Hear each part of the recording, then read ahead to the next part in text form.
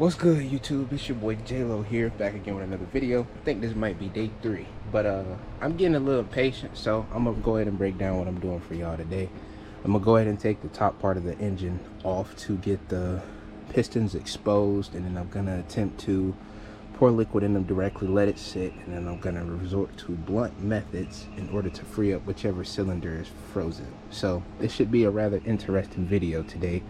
Given that I also don't know much about these engines, this is the first time that I'm putting my hands on it, taking stuff apart. So this should be interesting to say the least, but I'm gonna go ahead and prop y'all up and get to taking stuff apart. I'm gonna take a couple pictures too, just in case, you know, I misplace a wire or something like that. I know what I'm looking for. So without further ado, let's do it.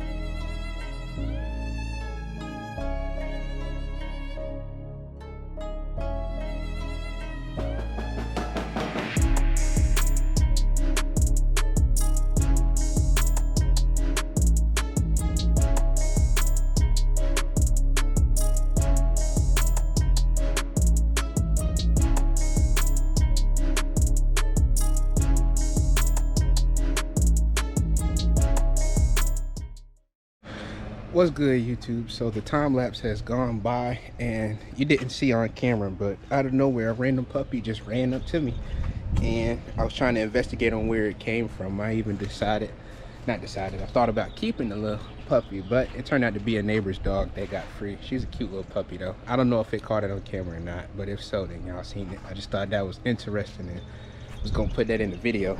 So far we got the carburetor off. We're gonna take the intake plenum off as well. Then we're going to take the valve covers and then take the heads off and see if we can free it manually. So I'll get back to y'all when we get to that point. Alright, so I'm just now getting back from the store. As you can see, there's a bolt holding the distributor on right there. I didn't have a wrench that fit around that, so I took a trip to, you know what I'm saying, Harbor Freight to get the tools I needed. So we're about to jump back in and take that bad boy off and keep chugging.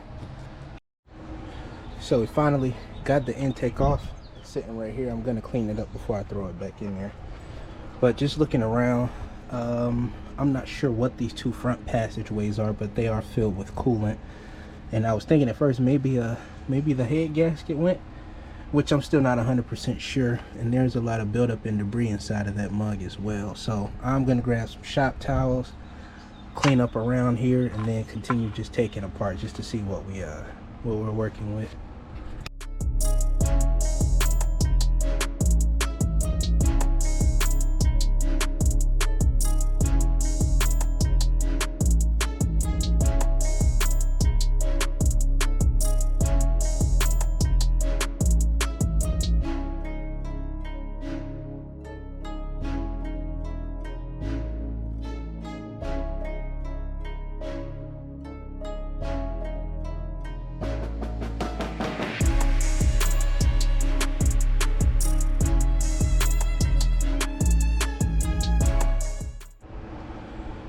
So what's good, y'all? It took long enough.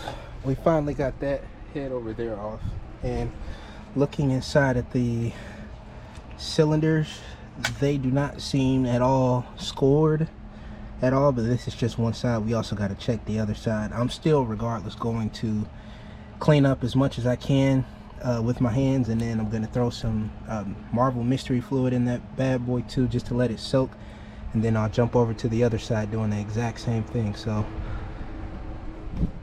let me tell y'all, this ain't no hole. It's like 90 degrees outside, you know what I'm saying? It's hot.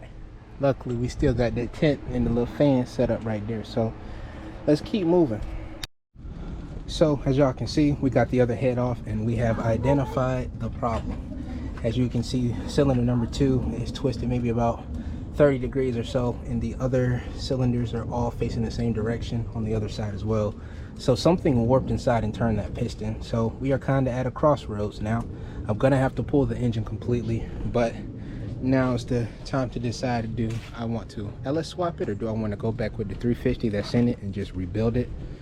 Apparently 350s are not good at handling boost, and eventually I want to get to the point where the vehicle is boosted. So if that is the case, then I may take the LS route.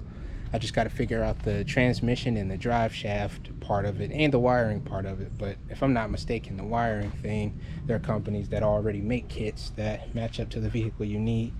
They may be a little pricey, but I mean, you're paying for what you get, the headache and the trouble that come along with wiring. So it's not all bad as it seems. It's not bad as it cranked out to be.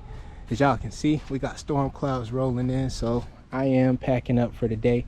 I'm gonna go ahead and throw a tarp over this just to make sure no water gets inside of it, so we stay clean and don't short anything out. Even the battery's not connected, I don't want the block to be exposed to water. So we're gonna go ahead and cover this bad boy up and wrap up with the video.